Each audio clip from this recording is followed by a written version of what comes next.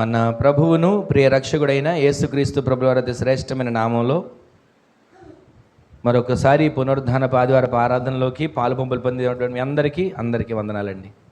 అందరికీ వందనాలు.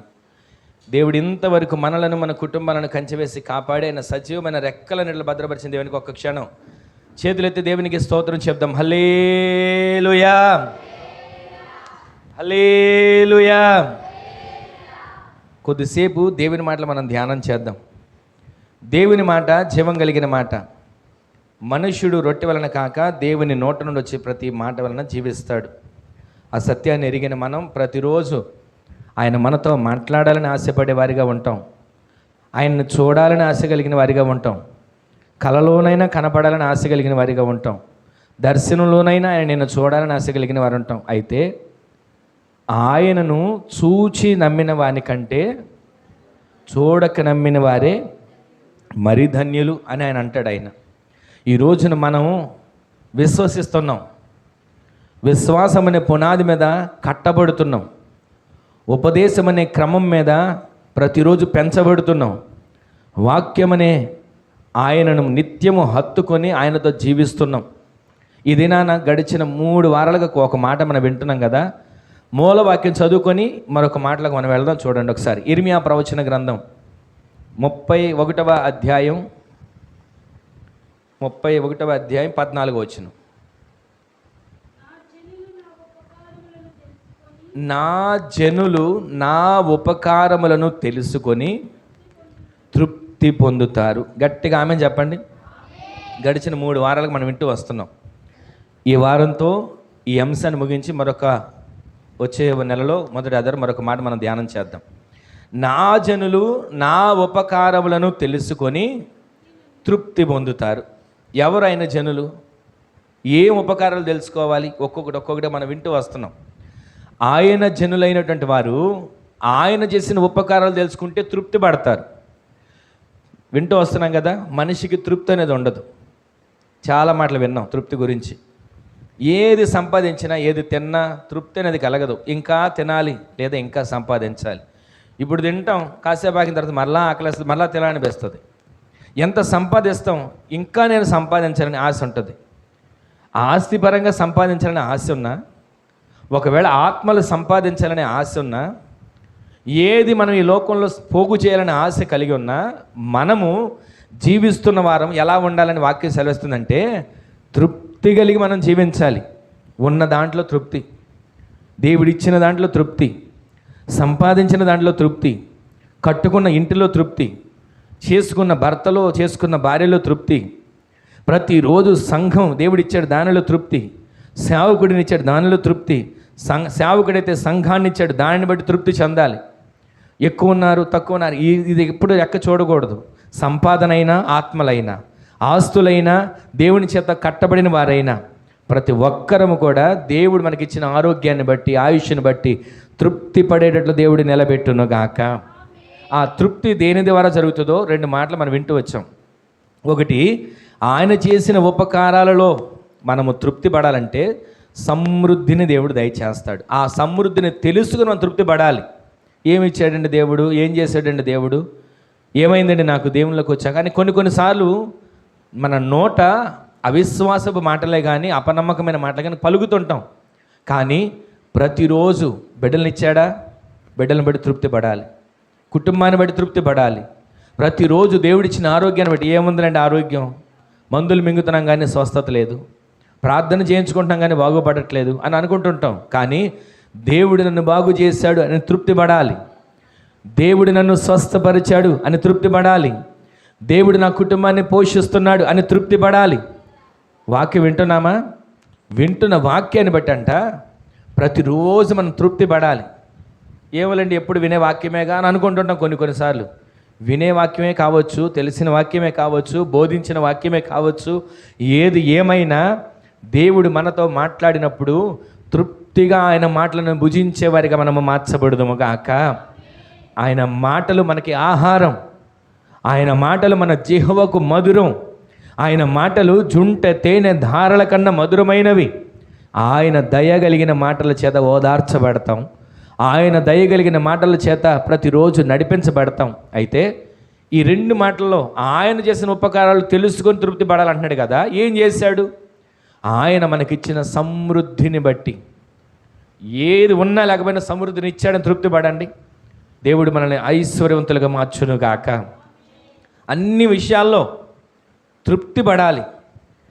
ప్రార్థన చేసుకుంటాం, ఇంకేం చేస్తాంలే అన్నట్లుగా ఉండకూడదు. ఇంకా నేను ప్రార్థనలో ఎదగాలి, ఇంకా నేను వాక్యాన్ని చదవడంలో ఎదగాలి, ఇంకా నేను ఆత్మీయతలో ఎదగాలి. ప్రతిరోజు ఎదిగటానికి మనం సిద్ధపరచబడాలి. ఈ ఎదిగి ఎదిగి ఎదిగి ఎక్కడికి వెళ్తామో తెలుసా? ప్రార్థనలో ఎదిగి, వాక్యంలో ఎదిగి, పరిచర్యలో ఎదిగి, సహవాసంలో ఎదిగి మనం ఎక్కడికి వెళ్తామంటే ఆయనతో పాటు మేఘాల మీద ఎత్తబడే గుంపులో మనం ఎదిగేవానిగా మార్చబడుదుముగాక. మన ఎదుగుదల ఆ విధంగా మార్చబడాలి. మన ఎదుగుదల ఆ విధంగా మార్చబడేటట్లుగా దేవుడు మనల్ని ప్రతిరోజు నడిపించునుగాక. తృప్తి పడాలి. ఆయన చేసిన ప్రతి ఉపకారాలు తలంచుకొని తెలుసుకొని తృప్తి పడాలి. ఆ తృప్తి పడే దాంట్లో మొదటిది సమృద్ధి కలిగిన కార్యాలు ఆయన చేసిన దాన్ని బట్టి తృప్తి పడాలి. రెండోది ఆయన ఇచ్చిన స్వస్థతను బట్టి తృప్తి పడాలి. ప్రతిరోజు దేవుడు నన్ను స్వస్థపరిచాడు, బాగు చేశాడు, ఆరోగ్యం ఇచ్చాడని తృప్తి పడాలి. బలహీనులుగా ఉండొచ్చు, బాధ వెంటాడుతూ ఉండొచ్చు, ఎన్ని మందులు మింగుతున్నా ఉపయోగకరంగా లేకుండా ఉండొచ్చు. కానీ ఆ మందులు మింగుతున్నప్పుడు మందుల మీద మనం ఆధారపడుతుంటాం. కానీ మందులు మింగొద్దని అనట్లేదు. మింగుతున్న ఆ మందుల్లోనే అయ్యా ఇదిగో నీ రక్తం ప్రోక్షింపచేయి, నాకు స్వస్థత దయచేయి అని ప్రతి దానిలో తృప్తి పడాలి. ప్రతి దానిలో తృప్తి కలగకోకుండా మనం జీవిస్తే ఏమి మనం సంతోషంగా ముందుకు వెళ్ళగలుగుతాం? ప్రతిరోజు నిరాశలే, ప్రతిరోజు నిస్పృహలే, ప్రతిరోజు ఏదో ఒక అనాలోచనలే. వీటి ద్వారా మనం ఏం సంపాదించగలుగుతాం? ఎలా సంతోషంగా జీవించగలుగుతాం? కుటుంబాల్లో సంతోషంతో నింపబడాలంటే మొదట మనలో దేవుడు చేసిన ఉపకారాలు తెలుసుకొని తృప్తి పడేవానిగా మనము మార్చబడుదుముగాక. ఆయన చేసే ఉపకారాల్లో సమృద్ధి ఒక ఉపకారం, స్వస్థత ఒక ఉపకారం. వాటిని విన్నాం. ఇప్పుడు ఒక మాట విన్నాం చూడండి. రెండో మాట మనం గడిచిన వారం చదివాం. ఆదికాండం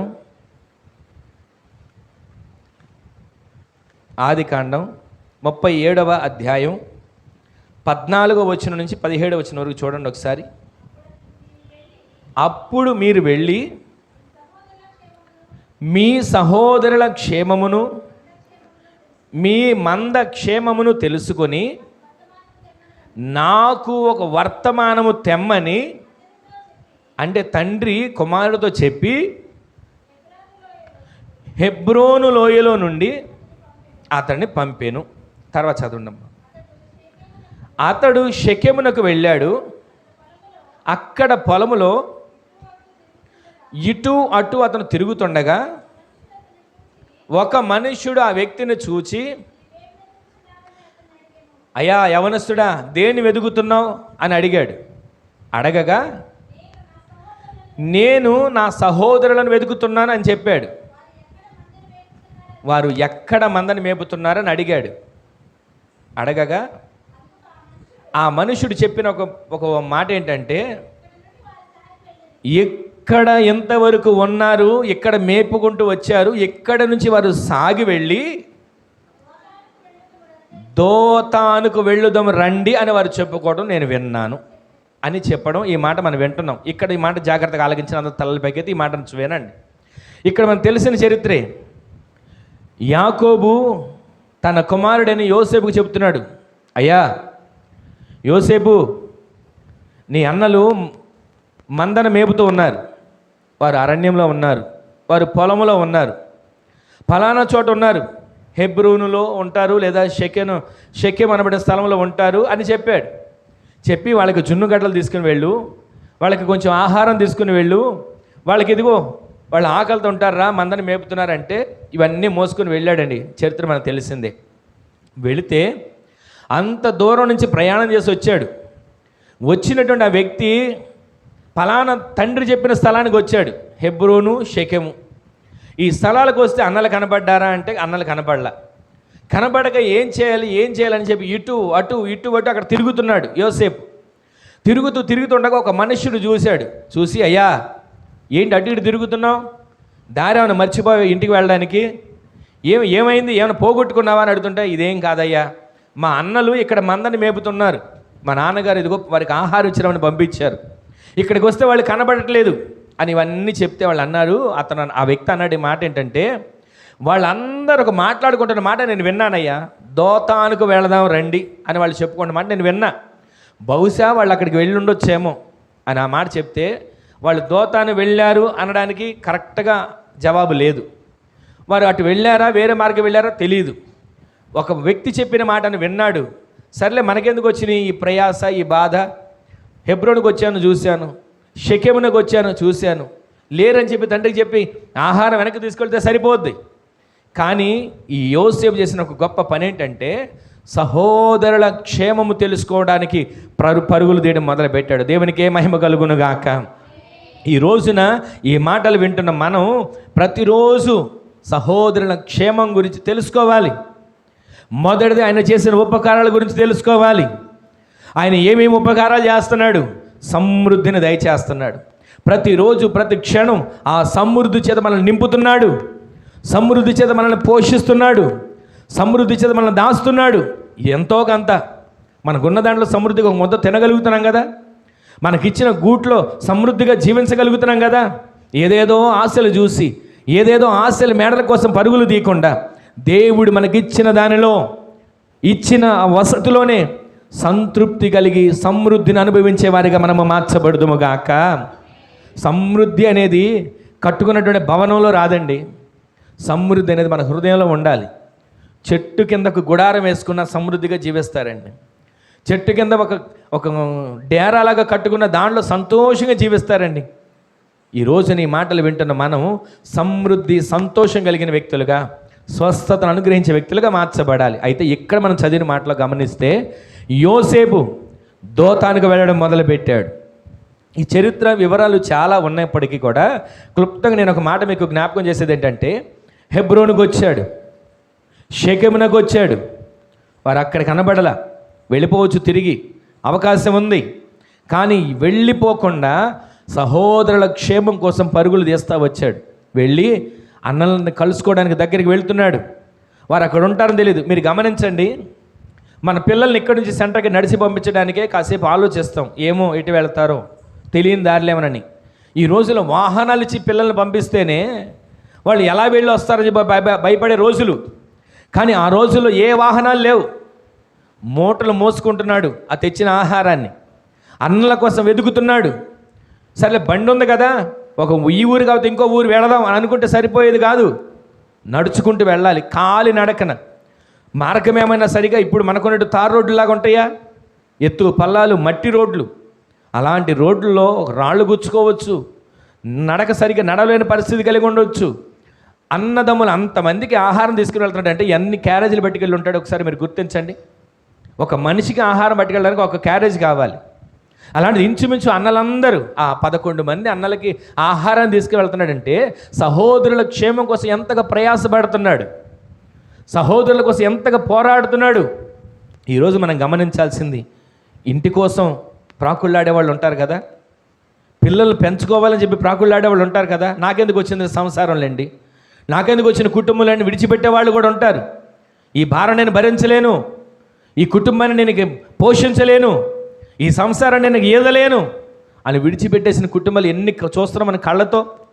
కానీ సహోదరుల క్షేమాన్ని భరించే వ్యక్తిగా యోసేపు కనబడుతున్నాడు.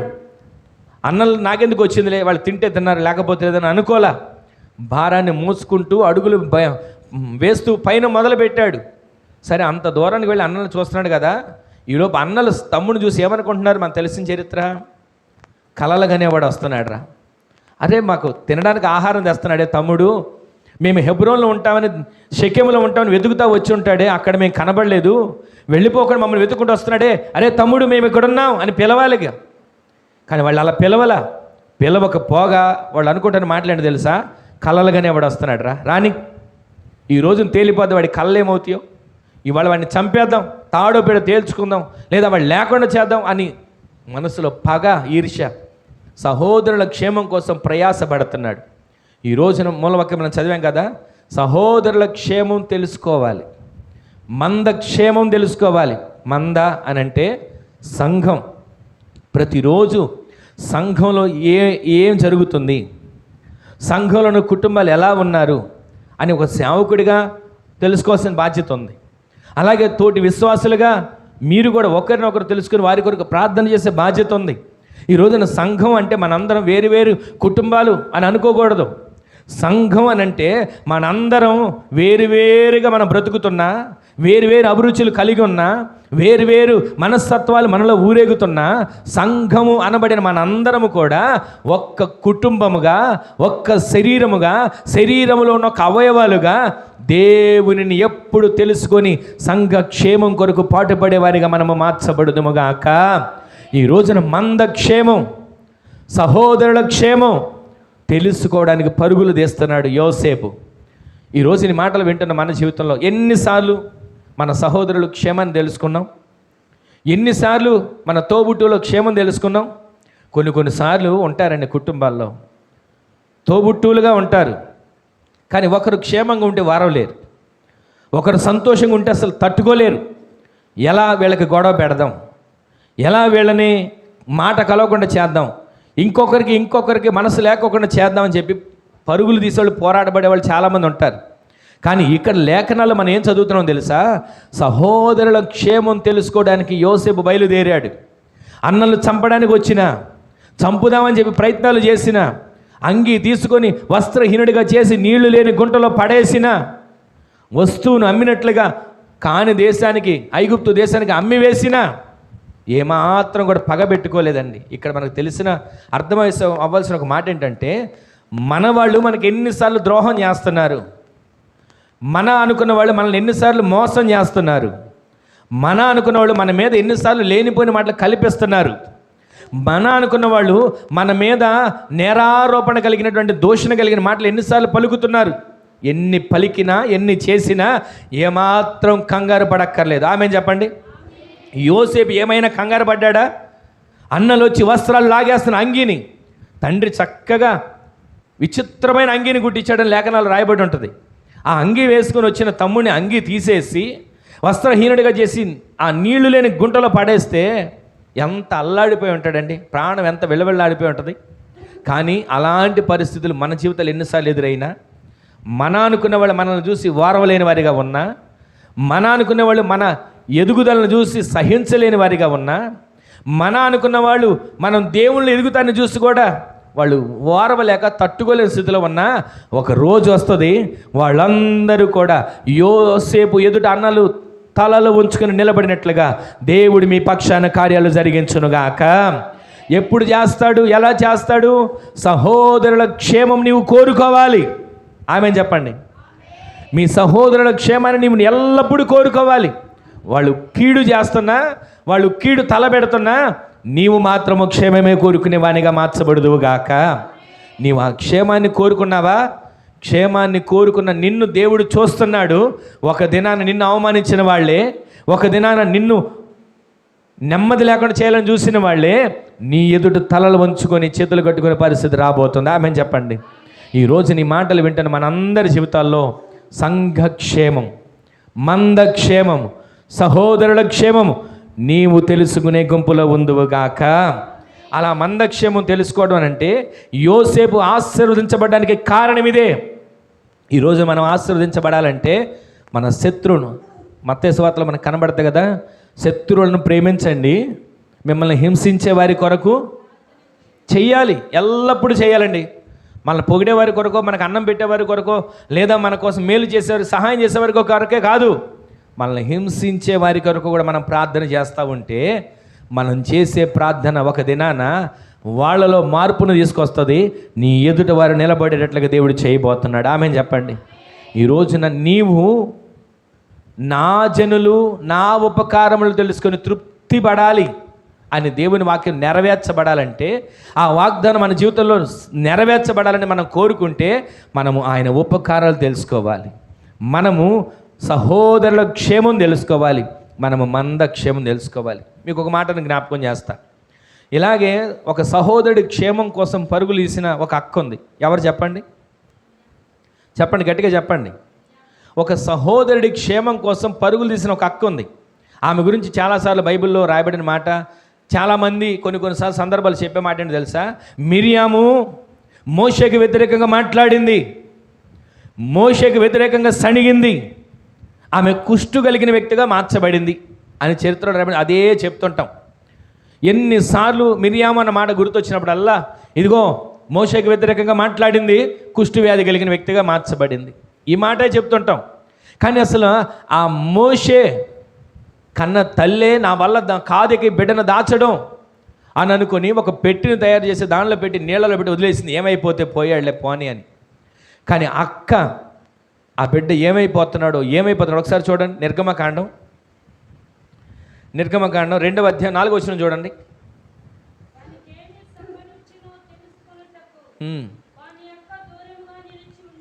వానికి ఏమి సంభవించునో తెలుసుకొనుటకు. ఆమె చెప్పండి. మనము దేవుడు చేసిన ఉపకారములు తెలుసుకోవాలి. ఆయన సమృద్ధి అయిన ఉపకారాలు చేస్తున్నాడు, స్వస్థతనిచ్చే ఉపకారాలు చేస్తున్నాడు.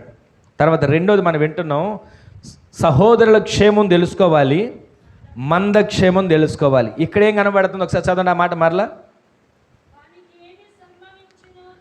వానికి అనగా జమ్ము పెట్టెల్లో పెట్టబడినటువంటి చిన్న పిల్లాడైన మోషేకి, నీళ్ళలో వదిలిపెట్టేసిన మోషేకి, నీళ్ళలో కొట్టుకొని పోతున్న మోషేకి, పెట్టి మునుగుతుందో లేదా నీటిలో బిడ్డ చనిపోతాడో తెలియని మోషేకి వానికి ఏమవుతుందో అని తెలుసుకొనుటకు వాని అక్క దూరము నుండి నిలిచి ఉంది. ఆమె చెప్పండి. ఒక సహోదరుడు చనిపోతాడేమో అని దూరం నిలిచిందండి. ఈ చరిత్ర ఎన్నిసార్లు మనం విన్నాం. సహోదరుల క్షేమం మనం తెలుసుకుంటే ఆశీర్వదించబడతాం. సహోదరుల క్షేమం మనం వారి కొరకు ప్రార్థిస్తే మనం ఆశీర్వదించబడతాం. ఈ రోజున మన ఆశీర్వాదానికి మూలం ఎక్కడుందో తెలుసా? మనము వర్ధిల్లడానికి దేవుడు మనకి ఇచ్చినటువంటి ఒక ఆధారం ఎక్కడుందో తెలుసా? ఇతరుల కొరకు ప్రార్థించే దాంట్లో మనం మేలును పొందుకుంటాం. ఇతరుల కొరకు ప్రార్థించిన దానిలో అత్యధికమైన మేలు చేత మనం నింపబడతాం. మన కొరకు మనం ప్రార్థన చేసినప్పుడు అంత మేలు మనకు కలుగుతుందో లేదో తెలియదు, కానీ ఒకరి కొరకు నీవు ప్రార్థన చేసినప్పుడు, ఒకరి క్షేమం కొరకు నీవు ప్రార్థన చేసినప్పుడు, అందుకే నేను చాలాసార్లు సంఘంలో మనతో చెప్పేది ఏంటంటే, మనందరితో మీరు ఒకరి కొరకు ఒకరు ప్రార్థన చేసుకోండి. ఒకరికి ఉన్నటువంటి సమస్యను మీరు తెలుసుకోండి. సంఘంలో ఏదైనా సమస్య ఉందా, విశ్వాసం ఏదైనా సమస్య ఉందా, ఎవరికైనా బాగోలేదని ఇక్కడ చెప్తున్నప్పుడు నేను దాన్ని మనసులో పెట్టుకొని మీరు ఇంటికి వెళ్ళిన తర్వాత మీ కుటుంబ ప్రార్థన చేసినప్పుడు ఇదిగో పలానా వ్యక్తికి బాగోలేదు, ఈరోజు సంఘంలో తెలపబడిందని చెప్పి ఆ విషయం మీరు ఎత్తి ప్రార్థన చేయండి. ఎంత గొప్ప కార్యం చేస్తాడో తెలుసా దేవుడు. నాకు గడిచిన ఆదివారం చేసిన ఒక చిన్న ప్రార్థనే దేవుడు ఇంత గొప్ప కార్యం చేశాడని నాకు ఇంకా హృదయం నిండిపోయి ఉంది సంతోషంతో. ఇదేదో గొప్ప అని కాదు, అతిశయమని కాదు, నేనేదో ప్రార్థన పడని మీకు చెప్పట్లా. ప్రార్థన అంతా అయిపోయిన సీనాన్ని వచ్చి చెప్పారు కదా, అందరూ లేరు ఆ సమయంలో, ఒకళ్ళిద్దరు ఉన్నట్టున్నారు. అయ్యా ఇదిగో పలానా ఆవిడ మెదటి వాపు వ్యాధితో ఇదిగో హాస్పిటల్లో కోమాలో ఉంది, ఇక అయిపోయింది ఆ పరిస్థితి, మెదడు వ్యాధి వచ్చింది, కోమాలోకి వెళ్ళిపోయింది, ఇక కోమాల నుంచి బయటకు వస్తుందని నమ్మకం లేదని అన్నారు. అందరికి ప్రార్థన చేసేప్పుడు అక్కడ నిలబడి ఒకే ఒక చిన్న ప్రార్థన చేసాం. ఆ సాయంత్రానికి జవాబు కనబడింది. కోమాలోంచి ఆమె బయటకు వచ్చింది, ఐసీలో ఆమెను పెట్టారు, ఇక పర్వాలేదు అని. ఈ మధ్యకాలంలో 2-3 రోజుల క్రితం డిశ్చార్జ్ మామూలు రూమ్కి తీసుకొచ్చారు. ఆమె ఫోన్ చేసి మళ్ళీ ప్రార్థన చేయించుకుని ఆమె మాట్లాడింది. దేవుడు ఎంత గొప్ప కార్యం చేశాడంటే, ఒకరి క్షేమం కోసం మనం చేసే ప్రార్థనలు ఇన్ని అద్భుతాలు జరుగుతాయి అని మీకు జ్ఞాపకం చేస్తున్నా. మనం ఎప్పుడు అయ్యా నేను క్షేమంగా ఉండాలి, నా బిడ్డలు క్షేమంగా ఉండాలి, నా ఇల్లు క్షేమంగా ఉండాలి, తప్పు కాదు, ఆ ప్రార్థన చేసుకోవాలి. కానీ మీ ప్రార్థన చేసుకునేటప్పుడు, మీ కుటుంబంగా చేసినప్పుడు కూడా ఎవరు ఏ బాధలో ఉన్నారో మీకు మనసులో దేవుడు జ్ఞాపకం చేస్తాడు. మీరు ప్రార్థన చేసుకునేటప్పుడే, మీరు ప్రార్థన చేసుకున్నప్పుడు ఎవరు ఏ అక్కరతో ఉన్నారో దాని గురించి దేవుడు మీకు తెలియజేస్తాడు. అప్పుడు మీరు వారి కొరకు ప్రార్థన చేయగలిగిన వారిగా మార్చబడితే, సహోదరుల క్షేమం కొరకు నీవు చేసిన ప్రార్థన, సంఘ క్షేమం కొరకు మీరు చేసిన ప్రార్థన, ఒక దినాన దేవుడు ఆశ్చర్యమైన కార్యాలు సంఘంలో సహోదరుల్లో జరిగించునుగాక. ఈ రోజున ఈ మాటలు వింటున్న మన జీవితంలో ఆ మిరియాము తన సహోదరుడు చనిపోకూడదు, నీటిలో కొట్టుకొని పోకూడదు, ఒకవేళ మునిగిపోకూడదు అని తనను వెంబడించి తనను జాగ్రత్తగా కాపాడుతూ వచ్చిందే.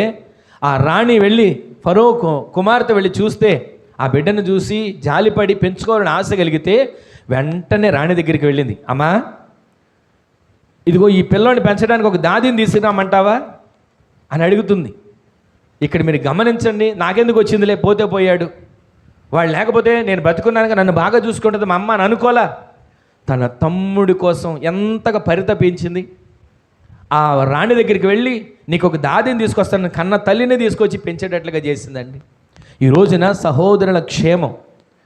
మనం ఎంతసేపు మిరియాము అని అనగానే కుష్ఠవ్యాధి కలిగింది, మోషేకి వ్యతిరేకంగా మాట్లాడింది, దేవునికి వ్యతిరేకంగా మాట్లాడింది. ఇదే మనసులో తలంచుకుంటాం. ఒక మాట మీకు జ్ఞాపకం చేయనా, మోషేకి వ్యతిరేకంగా మాట్లాడినా దేవుడు పిలిచాడు. ఒకవేళ ఆమెకి కుష్ఠవ్యాధి వచ్చినా మరలా వెంటనే మోషే ప్రార్థించగా, అయ్యా ఈ కుష్ఠవ్యాధితో నా అక్క ఉండడం మంచిది కాదు, క్షమించండి అయ్యా అని మోషే మరలా ప్రార్థన చేయగా దేవుడే క్షమించి మరలా ఆమెను బాగు చేశాడు. కానీ మనుషులు మనమందరం చాలాసార్లు మోషేని ఎలా ఉంది, మిరియాముకు కుష్ఠవ్యాధి వచ్చేసిందని ఆమెను ఇంకా కుష్ఠవ్యాధి అలాగనే చూస్తుంటాం. మనం ఎప్పుడు కూడా సహోదరుల క్షేమం కొరకు ప్రార్థించేవానిగా మార్చబడుదుముగాక. యోసేపు తన సహోదరుల క్షేమం కొరకు పరుగులు తీశాడు. ఫలానా చోట లేరు, వెనక్కి వచ్చేవచ్చు, రాలా, ముందుకు వెళ్ళాడు. ఫలానా చోట ఉన్నారు, ఫలానా చోట ఉన్నారు, వెతుక్కుంటూ వెళితే ఎంత ద్రోహం చేశారండి. ఎంతగా అతన్ని ఒక వస్తువు నమ్మినట్టు, మార్కెట్లో ఒక వస్తువు నమ్మినట్లు అమ్మేశారు. అయినా కానీ ఒక దినాన దేవుడు యోసేపు తల హెచ్చించాడు. అన్నలు వచ్చి మరలా చేతులు కట్టుకుని నిలబడేటట్లుగా చేశాడు. ఈ రోజున వాళ్ళు వచ్చి ఎదురుకు నిలబడ్డారు. మీకు జరగాలరా ఇలాగే మీకు ఇలా జరగాల్సిందే అని అనలేదండి. వాళ్ళని చూసి కంటి నిండా నీళ్లు పెట్టుకున్నాడు. హృదయం అంతా బాధతో నిండిపోయింది. చాలా సంవత్సరాల తర్వాత నా అన్నను చూస్తున్నానే, చాలా సంవత్సరాల తర్వాత నా అన్నను నేను కళ్ళతో మరలా చూస్తున్నాను మా అన్నలు అనుకొని సంతోషపడిపోయాడు. ఈ రోజు నీ మాటలు వింటున్న మన జీవితంలో సహోదరుల క్షేమం కొరకు మనం ప్రార్థన చేసేవారికి ఉండాలి. ఒకవేళ మన మనసులో ఎవరి మీదైనా కోపాలు పగలు ఉంటాయి, లోక సంబంధంగా మనుషులకు బ్రతుకుతున్నాం గనక వారు చేసిన దాన్ని బట్టి, వారు అన్న మాటలను బట్టి పగతో మన హృదయం నిండిపోయి ఉంటుంది. నన్ను ఇంత మాట అంటారా, ఇన్ని రకాలుగా నన్ను అంటారని బాధపడతాం. కానీ దేవుని వాక్యం మనకు సెలవిస్తుంది, నీ సహోదరుల క్షేమం కొరకు నువ్వు ప్రార్థన చెయ్యి. నిన్ను గుంట్లో వేశారా, వస్త్రహీనుడిగా చేశారా, వస్తువుగా అమ్మేశారా, చెయ్యని నేరానికి నిందలు పడేట్లుగా నీ జీవితం మార్చబడిందా, చెరసాలలో వేయబడ్డావా, అయినా సరే ఒక దినాన సింహాసనం మీద కూర్చోబోతున్నావు. ఆమేన్ చెప్పండి. ఒక దినాన సింహాసనం మీద మీరు కూర్చోబోతున్నారు. మిమ్మల్ని వేలెత్తి చూపించిన వాళ్ళే మీ ఎదుటకు వచ్చి తల వంచుకుని నిలబడేట్లుగా దేవుడు చేయబోతున్నాడు. ఆమేన్ చెప్పండి.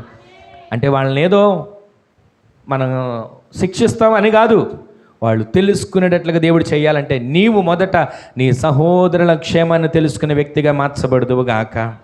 ఈ రోజున ప్రతిరోజు ప్రతి క్షణం సహోదరుల క్షేమమును కోరుకునేవారు ఎంత దూరమైన వెళ్తారండి. దానికి నిదర్శనం యోసేపు. సహోదరుల క్షేమాన్ని కోరుకునేవాడు నాకెందుకు వచ్చిందని ఆగిపోలా. ఎంత దూరమైనా సరే ప్రయాణం చేస్తూనే, ఎంత దూరమైనా సరే నడుస్తూనే ఉన్నాడు, ఎంత దూరమైనా సరే వారి ఆహారాన్ని బరువు మోస్తూనే ఉన్నాడు. అన్నల్ని చేరేంత వరకు కూడా. మీకు ఒక మాట జ్ఞాపకం చేయనా, తెచ్చిన అన్నం, వారు తెచ్చిన జున్నుగడ్డలు పేలాలు తెచ్చాడు, తింటున్నారా, తింటూనే దూషిస్తున్నారండి. ఇంత దూరం నుంచి మోసుకొచ్చాడు తమ్ముడని కనీసం కనికరం లేకుండా దూషిస్తున్నారు. వాళ్ళలో ఎంత అంటే పగ నిండిపోయింది, చంపేయాలి, ఇక వీడు ఉండకూడదు, మా నాన్నగారు ఇంతగా ప్రేమిస్తాడా వీడిని అని చెప్పి ఎంతగా ద్వేషాన్ని పెంచుకున్నారు. కానీ సహోదరుల క్షేమం కోసం ఎంత దూరమైన వెళ్ళాడు, దేవుడి సింహాసనం మీద కూర్చోబెట్టాడు. ఈ రోజున అదే దీవెన మీ కుటుంబాల్లో, మీ జీవితాల్లో జరుగునుగాక. నేను ఒక మాట చెప్తాను వినండి. ప్రతిరోజు మన కుటుంబ సభ్యులను పలకరించాలండి. మీరు అనుకుంటారు, ఏమంటే నేను పలకరించట్లేదా, నా కుటుంబ సభ్యులు నేను పలకరించట్లేదా అనుకుంటుంటారు. ఈ ఫోన్లు వచ్చిన తర్వాత ఎవరు పలకరిస్తున్నారండి? భార్య ఒక ఫోన్లో ఎవరితోనో మాట్లాడుతుంటుంది, భర్త ఒక ఫోన్లో ఎవరితోనో మాట్లాడుతుంటాడు. అంటే కుటుంబాలు వేరుతో నేను వేరే విధంగా చెప్పట్లేదు. పిల్లలు వాళ్ళు ఫోన్ పెట్టుకుని ఎవరితోనో మాట్లాడుతుంటారు. ఈ రోజున ఒకరినొకరు పలకరించుకునే పరిస్థితి కనబడుతుందా? కలిసి భోజనం చేసే పరిస్థితి కనబడుతుందా? కనీసం ఇంట్లో భర్త భార్యని భోజనం చేసావా, లేదా భార్య తన భర్త ఇంటికి వచ్చాడని చెప్పి ఎంతగా ప్రేమగా చూస్తున్నా కనీసం భోజనం చేసావని అడిగేవాళ్ళు ఉన్నారా? ఈరోజు నీ మాటలు వింటున్న మనం సహోదరుల క్షేమం చూసి ఆనందించాలి, తెలుసుకోవాలి వారి క్షేమాన్ని అని దేవుని వాక్యం సెలవిస్తుంది కదా. ప్రతి కుటుంబంలో ఐక్యత ఉండాలి, ప్రతి కుటుంబంలో అనురాగాలు ఉండాలి, ప్రతి కుటుంబంలో ఆత్మ సంబంధమైన ప్రార్థన బలిపీఠాలు కట్టబడాలి. ప్రతి కుటుంబాలు కూడా సమృద్ధి చేత, స్వస్థత చేత నింపబడిన కుటుంబాలుగా మార్చబడును గాక. ఈరోజు నీ మాటలు వింటున్న మనందరి జీవితాల్లో దేవుడు మన సహోదరుల క్షేమాన్ని తెలుసుకొని వారి కొరకు ప్రార్థించే కృప మనందరికీ దయచేయునుగాక. మీకు ఒక మాట చెప్తాను, జాగ్రత్తగా వినండి. ఇలాగే ఒక ఇంట్లో ఉన్నటువంటి పెద్ద ఆయన వాళ్ళ మామగారు చనిపోయారు. చనిపోయిన తర్వాత ఇద్దరు తోడికోడళ్ళు, ఆ ఇద్దరు తోడికోడళ్ళు చెప్పిన గొప్ప సాక్ష్యం ఏంటంటే, ఏమండి, మా మామయ్య గారు మంచంలో ఉన్నంతకాలం ఏ రోజు కూడా ఆయనకి మేము ఏ లోటు చేయలేదండి.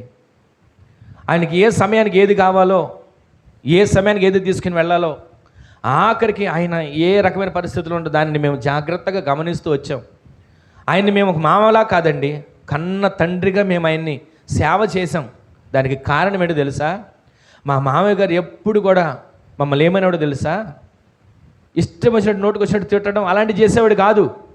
మమ్మల్ని ఎంతసేపు దీవిస్తూ ఉండేవాడు. మమ్మల్ని ఎంతసేపు యేసు నామంలో దేవుని పేరట మీరు దీవించబడాలి, మీరు దీవించబడాలి, మీ కుటుంబం దీవించబడాలి, ఇదే మాటలు పలుకుతుండేవాడు. ఈ రోజున చాలామంది నోట దీవెనకరమైన మాటలు వినబడట్లా.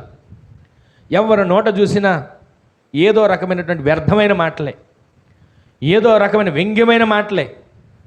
కొంతమంది నోట్లో వింటుంటే మాటలు అసలు ఈ నోటితోనే ఈ మాటలు పలికి ఈ నోటితోనే ప్రార్థన చేస్తున్నామని అనిపిస్తుంది.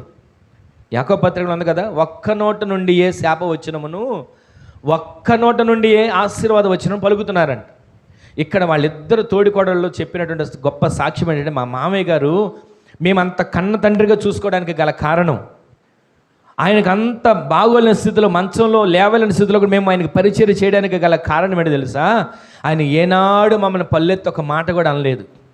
ఎంతసేపు మమ్మల్ని దీవిస్తూ ఉండేవాడు.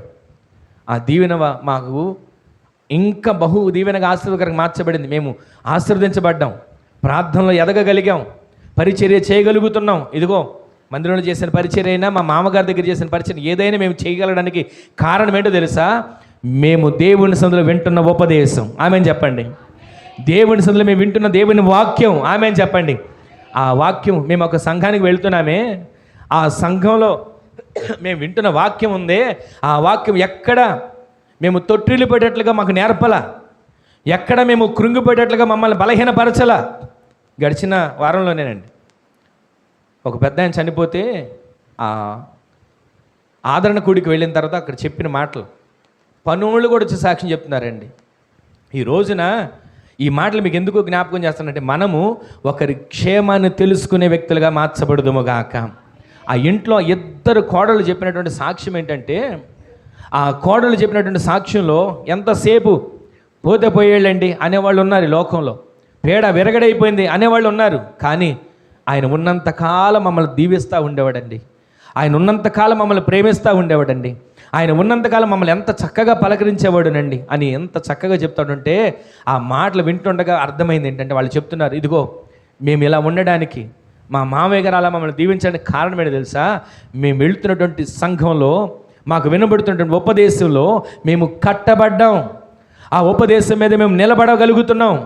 వాక్యం మాకు బోధిస్తుంది, వాక్యం మమ్మల్ని హెచ్చరిస్తుంది, వాక్యం మమ్మల్ని సరిచేస్తుంది, వాక్యం మమ్మల్ని నిలబెడుతుంది, వాక్యం మనం ప్రతిరోజు ప్రతిబింబించేలాగా చేస్తుంది. ఆ వాక్యం ద్వారా మేము ఈ విధంగా మార్చబడ్డాం అని ఆ మాటలు వింటున్నాం. ఈ రోజున ఎన్నిసార్లు సహోదరుల క్షేమం, ఒకే ఇంట్లో ఉంటారు, ఒకవేళ అన్నను పలకరించకపోవచ్చు, ఒకే ఇంట్లో ఉంటారు, తమ్ముడిని పలకరించకపోవచ్చు, కానీ ఈ రోజు నుంచి ఒకరి క్షేమాన్ని ఒకరు తెలుసుకునే వారిగా మన ఆత్మీయ జీవితాలు మార్చబడునుగాక.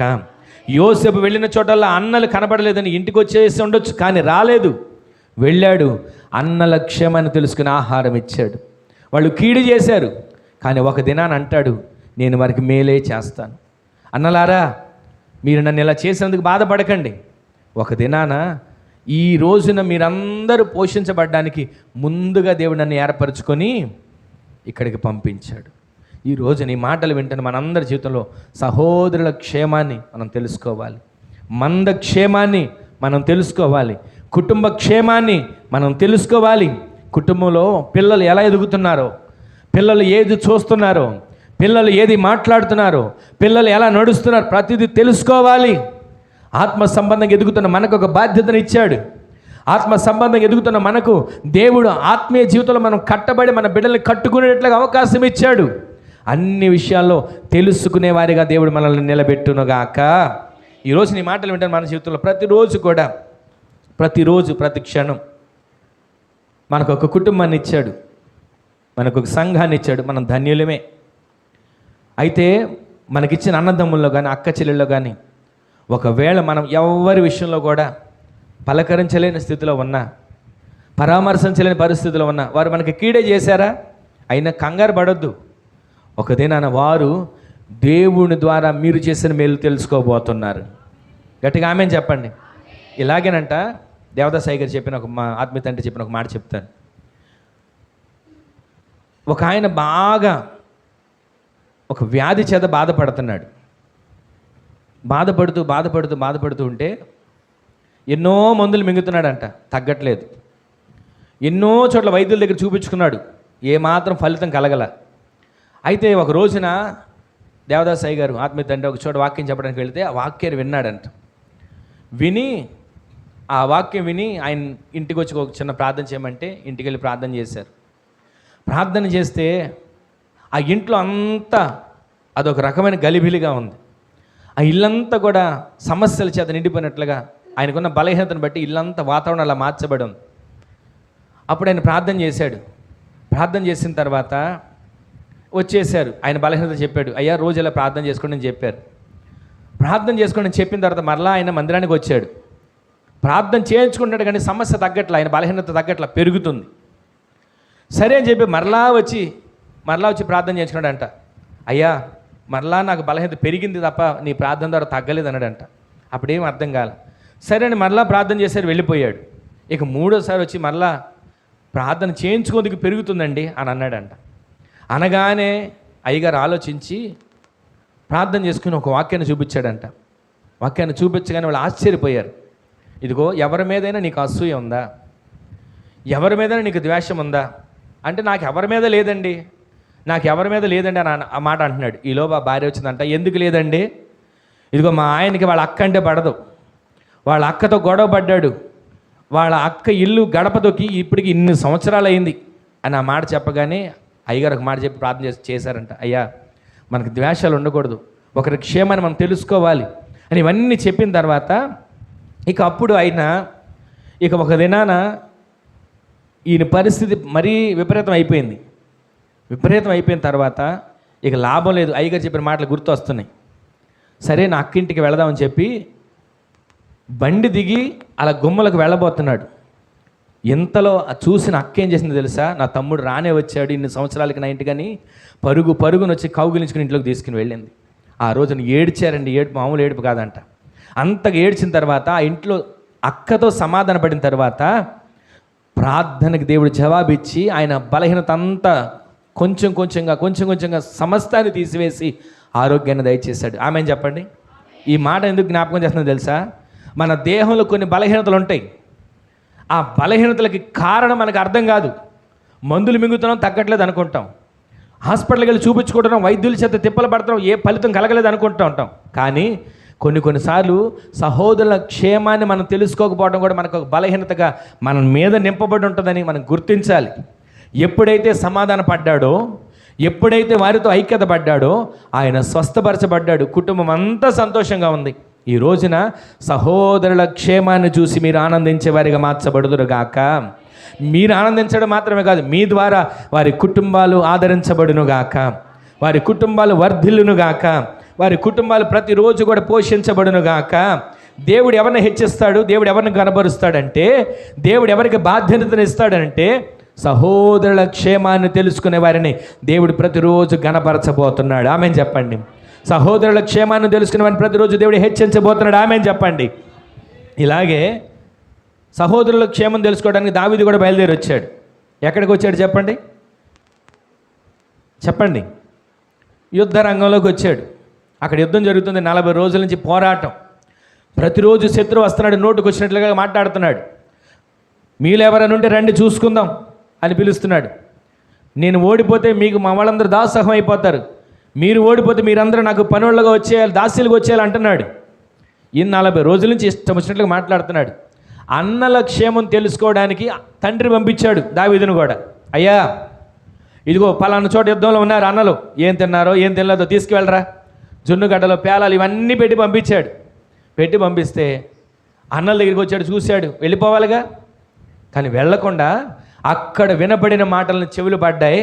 వెంటనే అంటాడు, జీవము కలిగిన దేవుని ప్రజలను తృణీకరించడానికి సున్నతులను ఫిలిస్తీయుడు ఎంతవాడు అని అంటాడు. అందరి నోట ఆ నోట మాట వినబడింది. అయ్యా, ఒక బాలుడు వచ్చాడు, యుద్ధం చేస్తానంటున్నాడు ఆ గొల్లియాతుతో. అంటే వెంటనే సౌలు రాజు ఏమంటాడు తెలుసా, నీవు బాలుడవు, నీకు బలం చాలదు, నీ యుద్ధం చేయలేవు. వాడు చిన్నప్పటి నుంచే యుద్ధాభ్యాసం ఎరిగినవాడు. వినండి మాట, గొల్లియాతు ఎప్పటి నుంచి అంటండి, చెప్పండి, నోటితో చెప్పండి. చిన్నప్పటి నుంచే యుద్ధాభ్యాసాలు చేసినవాడు. నీకేమొచ్చు, నువ్వు బాలుడవి, నువ్వు గొర్రెలను కాసుకుంటున్నావేమో, నీ మందని ఏం చేసావు, ఇవన్నీ అడుగుతున్నారు. అప్పుడు దావీదు ఒక మాట అంటాడు, అయ్యా, వాడు చిన్నప్పటి నుంచి యుద్ధాభ్యాసం కలిగిన వాడేమో, నేను చిన్నప్పటి నుంచి దేవుళ్ళలో పోరాడగలిగిన వ్యక్తిని. ఆమెను చెప్పండి. ఈ రోజున మనం ఎవరమై ఉండాలో తెలుసా? లోకంలో ఉన్నటువంటి శత్రువులు, లోకంలో ఉన్నటువంటి పగతో ఉన్నవాళ్ళు, లోకంలో ఉన్న వాళ్ళని చూసి వాళ్ళు వీటిలో యుద్ధాభ్యాసం చేసిన వాళ్ళు గొప్ప చెప్పేవాళ్ళు కాదు. మనం ప్రతిరోజు దేవునిలో పోరాడేవారమని చెప్పి దేవునిలో అతిశయించేవానిగా దేవుడు మనల్ని మార్చునుగాక. వెంటనే అంటాడు, రాజా, వాడు ఒకవేళ యుద్ధాభ్యాసం చేసిన వాడేమో, నా యుద్ధాభ్యాసం ఏంటో తెలుసా? నోటితో ఎల్లప్పుడూ ఆయన స్తుతించడం. నా యుద్ధాభ్యాసం ఏంటో తెలుసా? అరణ్యంలో ఒక దినాన నా మందను ఎలుగుబంటి వచ్చి తీసుకుని వెళ్ళబోతుంది, దానిని చీల్చి చెండాడేశాను, అది నా యుద్ధాభ్యాసం. ఒక దినాన సింహం వచ్చి నా గొర్రె పిల్లని నోట గొలుచుకుని వెళ్ళిపోతుంది, దాన్ని దవడ 2 చీల్చి పాడేసి నా గొర్రె పిల్లని నేను తెచ్చుకున్నాను. దేవుడు నాకు నేర్పిన యుద్ధాభ్యాసం ఇది. నాకు ఈ లోక సంబంధం యుద్ధాభ్యాసం తెలియకపోవచ్చు. శత్రువుతో ఎలా పోరాడాలో, శత్రువుని ఎలా పడగొట్టాలో, శత్రువుని తలను ఎలా చితకదొక్కాలో నాకు దేవుడు చిన్నప్పటి నుంచే యుద్ధాభ్యాసాన్ని నేర్పించాడు. ఆ యుద్ధాభ్యాసం నేను ఎన్నటికీ తొట్టిల్లిపోను, సొమ్మసిల్లిపోను అని చెప్పి యుద్ధం చేయడానికి వెళ్ళాడు. వెళుతూ ఒక మాట అంటాడు. ఏమంటాడు? నాది కాదయ్యా యుద్ధం, ఆయనదే. ఆయన యుద్ధాన్ని చేశాడు, నాకెందుకు? నేను సామాన్యమైన ఒక పనివాడిని, నేను ఒక పనిముట్టుని, నేను ఒక సాధనాన్ని, నేను ఒక పరికరాన్ని అని 5 నున్నటి రాళ్ళు ఏరుకొని వెళ్ళాడు. ఒకే ఒక్క రాయితో నుదుటిని కొట్టగానే బోర్ల పడ్డాడు. తన కత్తితోనే తన తలను తెగ నరికి యుద్ధ వీడిగా తిరిగి వస్తున్నాడు. ఈ రోజున మనం ఎవరమో తెలుసా? ఈ లోకంలో యుద్ధాభ్యాసాలు చేసిన వాళ్ళు ఎందరో ఉండుండొచ్చు. ఆత్మీయతలో యుద్ధాభ్యాసం చేసిన వ్యక్తులుగా మనం మార్చబడుదుము గాక. ఆత్మీయతలో పోరాటం కలిగిన యుద్ధ ఆయుధాలు కలిగిన వ్యక్తులుగా మనం మార్చబడుదుము గాక. ఇశ్రాయేలు ప్రజలు యుద్ధాలు చేయడానికి వెళ్ళారా? వెళుతూ ఏం చేసుకెళ్ళారు? కత్తులు, గొడ్డళ్ళు, పొలుగులు, పారలు తీసుకుని వెళ్ళా. నోటితో ఆయన స్తుతిస్తూ బయలుదేరారు. యుద్ధం ఆయన చేశాడు. ఆమె చెప్పండి. ఎర్ర సముద్రం దాటేటప్పుడు ఆయన స్తుతిస్తూ ఉన్నారు. సముద్రాన్ని ఆయన పాయలుగా మార్చాడు. ఆమె చెప్పండి. ఈ రోజున ఏ శత్రువు ఎదురుగా ఉన్నా, సమస్యని శత్రువు ఉండుండొచ్చు, బలహీనతని శత్రువు ఉండుండొచ్చు, ఆర్థిక ఇబ్బందులైన శత్రువు ఉండుండొచ్చు, అవమానాలు కలిగించే శత్రువు ఉండుండొచ్చు, ఉద్యోగం చేసే చోట పోరాటాలని శత్రువు ఉండుండొచ్చు. ఈ రోజున మీరు యుద్ధాభ్యాసం చేసిన వ్యక్తులుగా తీర్చిదిద్దబడబోతున్నారు. ఆమె చెప్పండి. ఈ రోజున యుద్ధ కవచాలు ధరించిన వారిగా దేవుడు మిమ్మల్ని నింపునుగాక. ఆ విధంగా మీరు మార్చబడితే మీరు అడుగు పెట్టిన ప్రతి స్థలము జయముగా దేవుడు మార్చబోతున్నాడు. ఆమె చెప్పండి. మీకు జయము కలిగించబోతున్నాడు. ఆమె చెప్పండి. జయ జెండా మీ కుటుంబాల్లో ఎగరవేయబడును గాక. జయ జెండా సంఘంలో ఎగరవేయబడును గాక. మీరు సహోదరుల క్షేమము తెలుసుకుంటే, ఆ సహోదరుల క్షేమం కొరకు మీరు ప్రార్థిస్తే జయము మీదే, జయము మీదే, జయము మీదే. ఆ విధంగా ఆత్మీయ జీవితంలో జయము పొందే వ్యక్తులుగా మీరు మార్చబడుదురుగాక. సహోదరుల క్షేమం తెలుసుకోవాలి, మంద క్షేమం తెలుసుకోవాలి, అంటే సంఘక్షేమం. ప్రతిరోజు కూడా ఆ విధంగా తెలుసుకొని మీరు నడిపించబడితే జయ పతాకంలో మీరు అడుగులు వేసేటట్టు దేవుడు మార్చబోతున్నాడు. ఆమె చెప్పండి. ఒకే ఒక మాట చదివించి నేను ముగించేస్తాను. చూడండి, ద్వితీయోపదేశకాండం 9వ అధ్యాయం 3వ వచనం చదవండి. ద్వితీయోపదేశకాండం 9వ అధ్యాయం 3వ వచనం త్వరగా చదవండి, సమయం దాటిపోయింది. కాబట్టి మీ దేవుడైన యెహోవా తానే దహించు అగ్ని వలె నీ ముందర దాటిపోచున్నాడని. ఆమె చెప్పండి. చివరి మరలా చదవండి. నీ ముందర దాటిపోచున్నాడని నేడు నీవు తెలుసుకొందువుగాక. మొదటిది ఆయన ఉపకారాలు తెలుసుకోవాలి, రెండవది సహోదరుల క్షేమాన్ని తెలుసుకోవాలి, మూడవది మంద క్షేమాన్ని తెలుసుకోవాలి. ఇక్కడ మనకు కనబడుతున్న మాట తెలుసా? నీ ముందర దహించు అగ్నిగా ఆయన దాటిపోచున్నాడని నీవు తెలుసుకొందువుగాక. ఆమెను చెప్పండి, అందరి మాట చెప్పండి.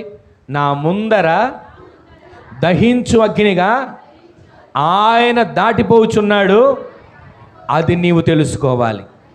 పక్కవారితో, మీకు పక్కన ఉన్నవారితో చెప్పండి, నీవు తెలుసుకోవాలనండి. నా ముందర దహించు అగ్ని దాటిపోచున్నాడని నీవు తెలుసుకోవాలి. గొనిగారా? అర్థం కాకుండా అన్నారా? అర్థమయ్యేది చెప్పారా? ఈ రోజున మీ ముందర దహించు అగ్ని దాటిపోబోతున్నాడు. ఆమె చెప్పండి. ఈ నెలలో ఈ తారీఖు మీరు వేసుకోండి, 23వ తారీఖు నుంచి మీరు మీ ముందర దహించు అగ్ని మీ ముందు దాటిపోతాడని మీరు తెలుసుకునే వారిగా మార్చబడుదురుగాక. విశ్వసించండి, నమ్మండి, అగ్నిగా ఆయన నీ ముందు నడవబోతున్నాడు. ఆమె చెప్పండి. ఇప్పుడు 2వ వచనం చదవండి.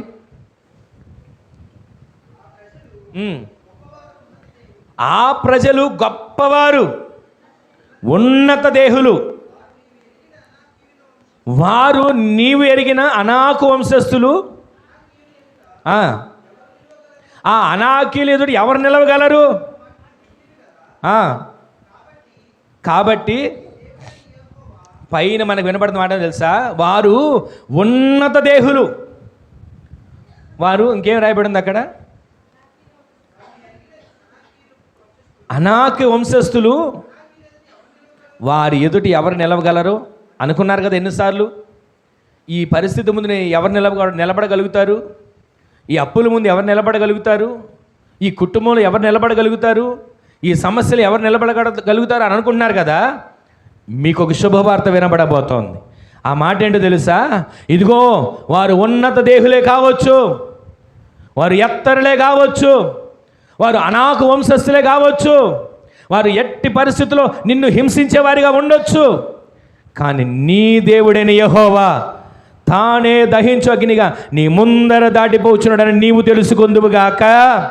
ఈ రోజు నుంచి విశ్వసించండి, ఈ రోజు నుంచి మీరు నమ్మండి. ఈ మాట మీద మీరు ప్రతిరోజు చేయబెట్టి ప్రార్థన చేసుకోండి. ఏ సమస్య వచ్చినప్పుడైనా, ఏ బలహీనత వచ్చినప్పుడైనా, వారు ఉన్నత దేహులు, వారు ఎత్తరులు, వారు బలం కలిగిన వాళ్ళు, వాళ్ళు ఇదిగో ధైర్యం కలిగిన వాళ్ళు, ఇవి మాటలు రానివ్వకండి నోటమిట. మీ నోట ఉండవలసింది ఏంటంటే, వాళ్ళు ఎలాంటి వారైనా పర్వాలేదండి.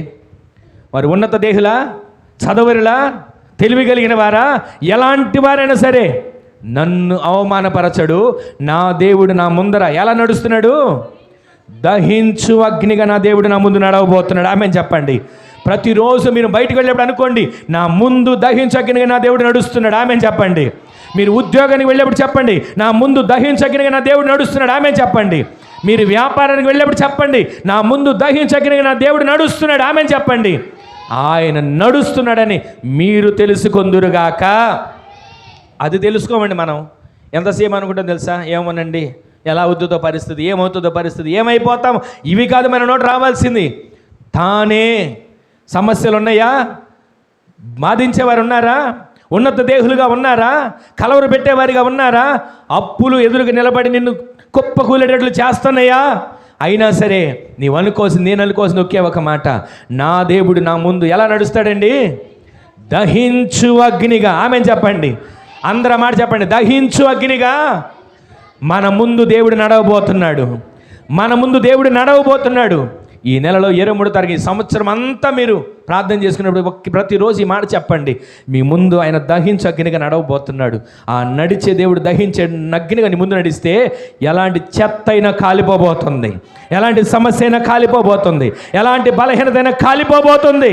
ఈ రోజు నుంచి విశ్వసించండి, ఆయన దహించు అగ్నిగా నీ ముందు నడవడం ప్రారంభించాడు. ఆమె చెప్పండి. ఈ రోజు నుంచి మీరు విశ్వసించి అడుగులు వేయడం మొదలు పెట్టాలి. నా దేవుడు దహించగిన నడబోతున్నాడు. తెలుసుకోవాలి, ఆయన ఉపకారాలను తెలుసుకోవాలి, సహోదరుల క్షేమం తెలుసుకోవాలి, మంద క్షేమం తెలుసుకోవాలి, దహించు అగ్నిగా నీ ముందు నడబోతాడని తెలుసుకోవాలి. మరొక మాట మీకు జ్ఞాపకం చేస్తాను. ఇలాగే యెహోషాపాతు శత్రువులు వచ్చారు, చుట్టుముట్టేశారు. నా పరిస్థితి ఏమీ లేదనుకుంటున్నాడండి. ఒకసారి ఆ మాట మీరు చదవండి, మీకు అర్థమవుతుంది. దినవృత్తాంతాల 2వ గ్రంథం 20వ అధ్యాయం 12వ వచనం త్వరగా చూడండి. దినవృత్తాంతాల 2వ గ్రంథం 20వ అధ్యాయం 12వ వచనంలో చక్కటి మాట అంటాడండి. మా దేవా, నీవు వారికి తీర్పు తీర్చవా? మా మీదికి వచ్చు ఈ గొప్ప సైన్యముతో ఏమి చేయుటకును మాకు శక్తి చాలదు, ఏమి చేయుటకును మాకు తోచదు. అందరు గట్టిగా ఆమేన్ చెప్పండి. ఏమని ప్రార్థన చేస్తున్నాడండి యెహోషాపాతు? నీవే మాకు దిక్కు. ఇదిగోనయ్యా, సైన్యం మా మీదకి వచ్చింది, సమస్యలు మా మీదకి వచ్చాయి, అప్పులోళ్ళు మా మీదకి వచ్చారు, మాకు మాకు రావట్లేదు అని బాధపడుతున్నామే. ఈ ప్రార్థన మనం చేయగలగాలి. ఏమి చేయుటకు మాకు తోచట్లేదు, శక్తి చాలట్లేదు, మా వల్ల కావట్లేదయ్యా అని ఒక మాట అన్నాడండి, విలువైన మాట. నీవే మాకు దిక్కు. అందరి మాట చెప్పండి, నీవే మాకు దిక్కు. ప్రతిరోజు మీరు ఎన్నోసార్లు మనుషుల దగ్గరికి వెళ్ళి అంటారు కదా, అయ్యా నీవేనయ్యా మాకు దిక్కు, ఈ సమస్యలు ఆదుకోకపోతే మాకు వేరే దారి లేదు అంటుంటాం కదా. మనుషుల దగ్గరికి వెళ్ళి ఎన్నిసార్లు అవమానపడ్డాం, మనుషుల దగ్గరికి వెళ్ళి ఎన్నిసార్లు మోసపోయాం, మనుషుల దగ్గరికి వెళ్ళి ఎన్నిసార్లు వాళ్ళు కాళ్ళమే పడినా కనికరించిన పరిస్థితులు ఎదురయ్యాయి. దేవుని సందులో మీరు మొర్ర పెట్టడం మొదలు పెట్టండి. ఆయన చేసే ఉపకారాలు తెలుసుకోవడం మీరు ప్రారంభించండి. ఆయన సమృద్ధిని ఇస్తాడు, ఆయన స్వస్థతనిస్తాడు. గడిచిన 2-3 వారాలకు విన్నాం. ఈ రోజున దేవుడు మనతో మాట్లాడుతున్నాడు. ఆయన మనకు సహోదరుల క్షేమం తెలుసుకోవాలని తెలియజేస్తున్నాడు, మంద క్షేమాన్ని తెలుసుకోవాలని తెలియజేస్తున్నాడు. ఈ రోజున సహోదరుల క్షేమం తెలుసుకోవడానికి వెళ్ళిన యోసేపు సింహాసనం మీద నిలబడ్డాడు. అన్నల క్షేమం తెలుసుకోవడానికి వెళ్ళిన దావీదు సింహాసనం మీదకి రాజుగా మార్చబడ్డాడు. ఈ రోజున నీవు నీ సహోదరుల క్షేమం, నీ మందక్షేమం కోసం నీవు కోరుకొని తెలుసుకొని ప్రార్థన చేయగలిగితే ఉన్నతమైన స్థానంలో దేవుడు నిన్ను నిలబెట్టబోతున్నాడు. అంత మాత్రమే కాదు, నీవు ఏం తెలుసుకోవాలంటే నీ ముందర దాటిపోచున్నవాడు దహించు అగ్ని నీవు తెలుసుకొందువుగాక. సైన్యం వచ్చింది, సైన్యం అంతా మీదకి వచ్చేసింది, ఇక దారి లేదు. ఒకే ఒక్క ప్రార్థన అండి. ఆ 20వ అధ్యాయం అంతా మీరు ఇంటికి వెళ్ళక చదవండి. హిజ్కియా ఆ యెహోషాపాతు చేసిన ప్రార్థన కనబడుతుంది. ఒకే ఒక మాట అంటాడు, అయ్యా నీవే మాకు దిక్కు. ఆ మాట మనం చెప్పగలిగితే ఆయన మన పక్షాన పూనుకొని పని మొదలు పెట్టబోతున్నాడు. ఆమె చెప్పండి. అందుకే నీవు నా పక్షమై నిలిచే ఉన్నావు. అక్కడ ఆరాధన కూడా అనుకోండి, దేవుడు ఆ మాటని జ్ఞాపకం చేశాడు.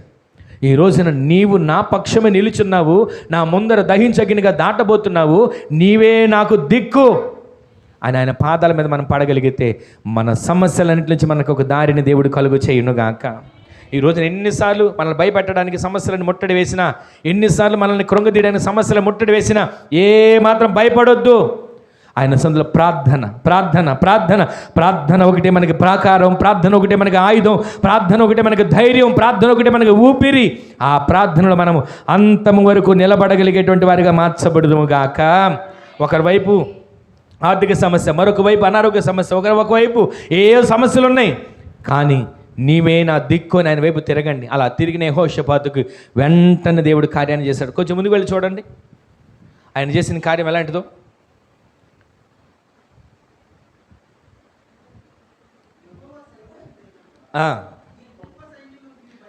ఈ గొప్ప సైన్యమునకు మీరు భయపడొద్దు, జడియొద్దు. యుద్ధము మీరు కాదు చేసేది, దేవుడే యుద్ధం జరిగించబోతున్నాడు. గట్టిగా ఆమేన్ చెప్పండి.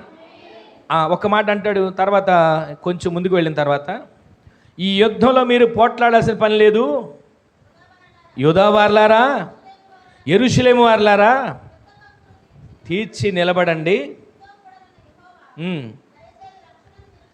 ఆయన దయచేసే రక్షణను మీరు కనులారా చూడబోతున్నారు. గట్టిగా ఆమేన్ చెప్పండి.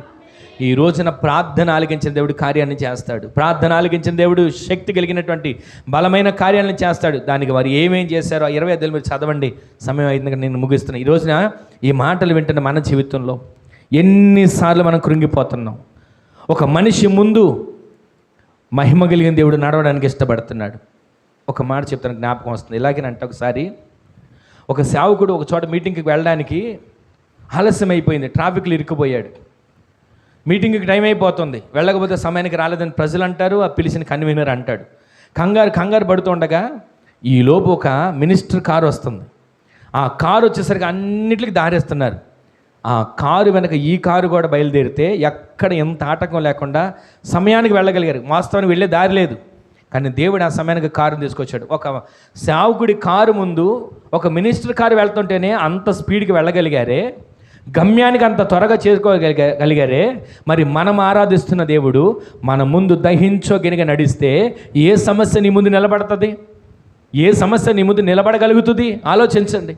నా ముందు దహించు అగ్నిగా నీవు నడవమని రోజు మీరు కోరుకోండి. దహించు అగ్నిగా ఆయన నిలబడితే ఎలాంటి శత్రువైన నీ ముందు నిలబడలేడు. ఆమె చెప్పండి. ఎలాంటి శత్రువు నీ ముందు నిలబడి తోక కూడా ఆడించలేడు. ఆమె చెప్పండి. ఈ రోజున ఆయన మాటలు వింటున్న మీరు ధన్యులు. మీరు ఆయన మీ ముందు నడుస్తున్నాడని, దహించు అగ్నిగా నీ ముందు ఆయన నడుస్తున్నాడని మీరు తెలుసుకోండి. మీ ద్వారా దేవుడు ఘనమైన కార్యాలు జరిగించబోతున్నాడు. మీ ద్వారా దేవుడు ఆశ్చర్యకార్యాలు జరిగించబోతున్నాడు.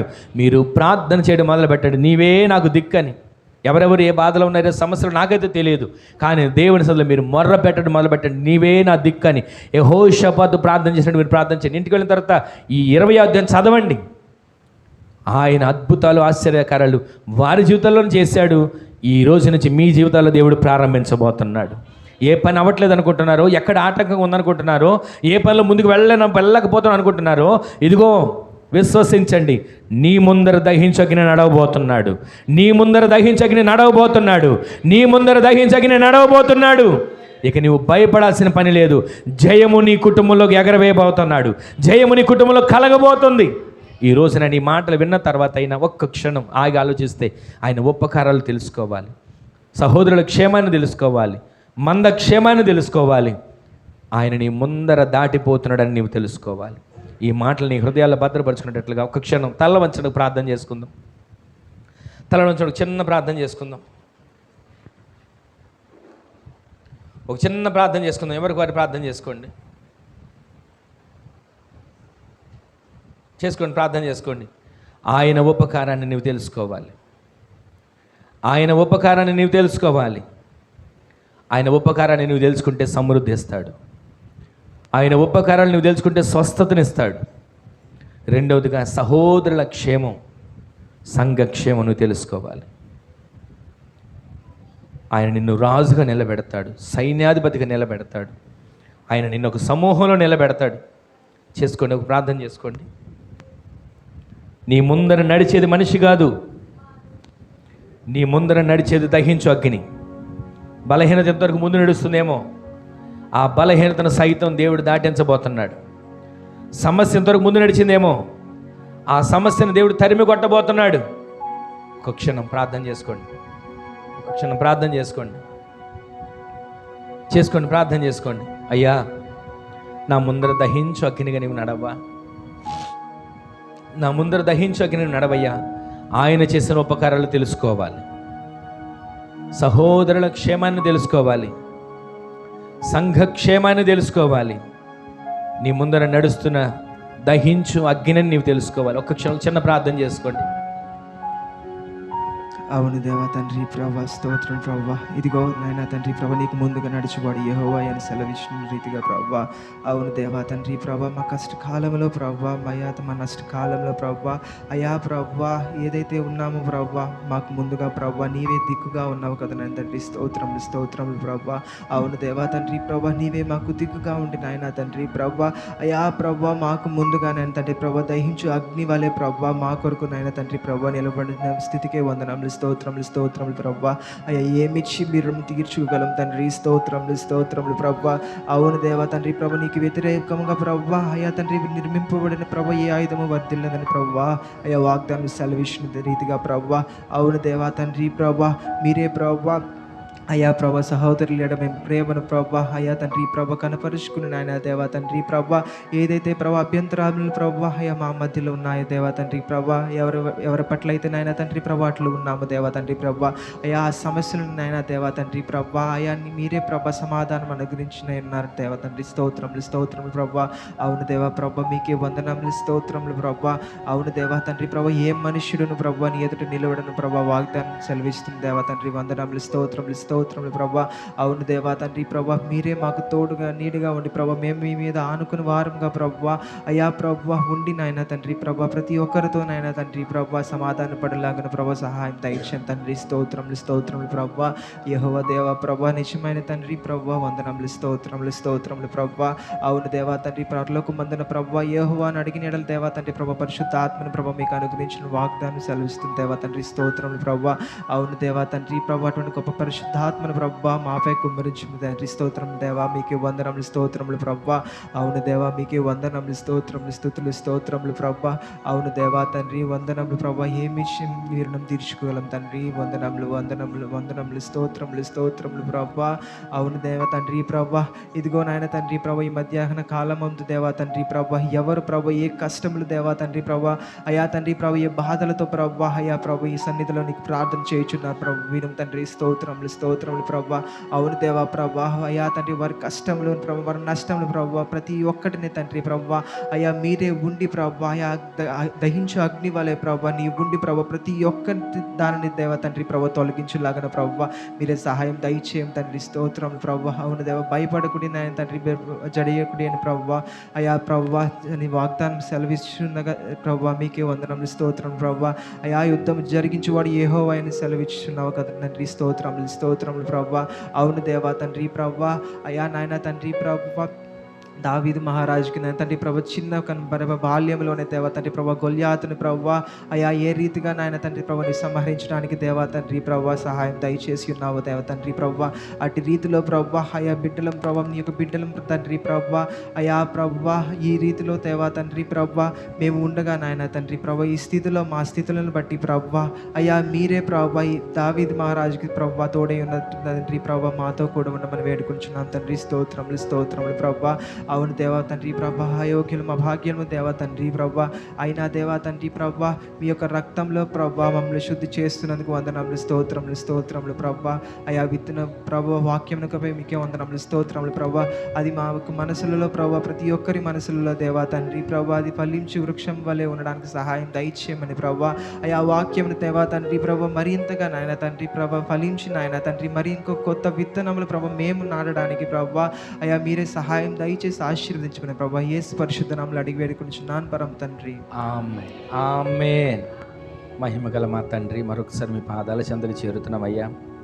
ఇది నాన్న పాలు పంపులు పొందిన ప్రతి ఒక్క బిడ్డలను దర్శించండి, కుటుంబాలను నిత్యము జ్ఞాపకం చేసుకోనండి. ఈ నెలలో ఎంతవరకు రెక్కనెలు భద్రపరిచారు, మిగిలిన ప్రతిరోజు కావాల్సిన కృపాక్షేమాలు తోడుగా ఉంచండి.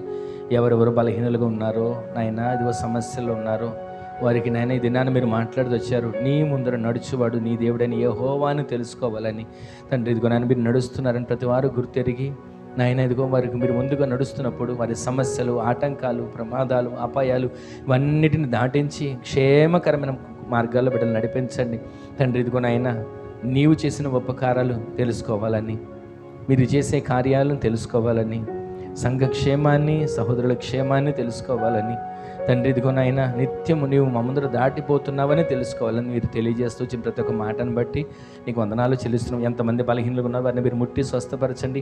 ఈ నెలంతా వారు చేసే ఉద్యోగాల్లో, వ్యాపారాల్లో, చేతి పనుల్లో, పనిపాట్లలో వెళ్తున్న ప్రతి ఒక్క మార్గాల్లో కాపుదల దయచేయండి. మీ నామాన్ని మహిమకరంగా ప్రతి ఒక్క బిడ్డలను దర్శించమని ఇదిగో ఆరాధనలో పాల్పొందుకుని ప్రతి ఒక్క బిడ్డలను పేరును దీవించి నీ రాకడ కొరకు సిద్ధపరచండి అయ్యా. ఇదిగో అన్ని విషయాల్లో సహకరిస్తున్న బిడ్డలు ఉన్నారు, గుప్పులు విప్పుతున్న బిడ్డలు ఉన్నారు, చేయూతగా నిలబడుతున్న బిడ్డలు ఉన్నారు.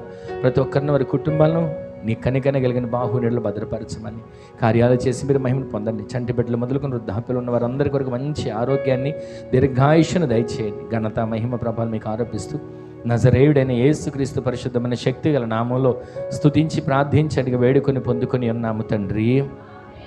ఆమేన్, ఆమేన్, ఆమేన్. మన తండ్రి అయిన దేవుని యొక్క ప్రేమ, కుమారుడును ప్రభువైన యేసుక్రీస్తు వారి యొక్క కృప, మహాకనికరం, పరిశుద్ధాత్మ దేవుని యొక్క అన్యోన్య సహవాసమైన సన్నిధి ఇప్పుడును ఎల్లప్పుడును మనకును మనవలే ప్రార్థించే సకల పరిశుద్ధులకును కృపా సమాధానములు సదాకాలం సమృద్ధిగా తోడై ఉండునుగాక. ఆమేన్, ఆమేన్, ఆమేన్. హల్లెలూయా, హల్లెలూయా, హల్లెలూయా. అందరికీ వందనాలండి. ప్రభు మిమ్ములను మీ కుటుంబాలను దీవించునుగాక.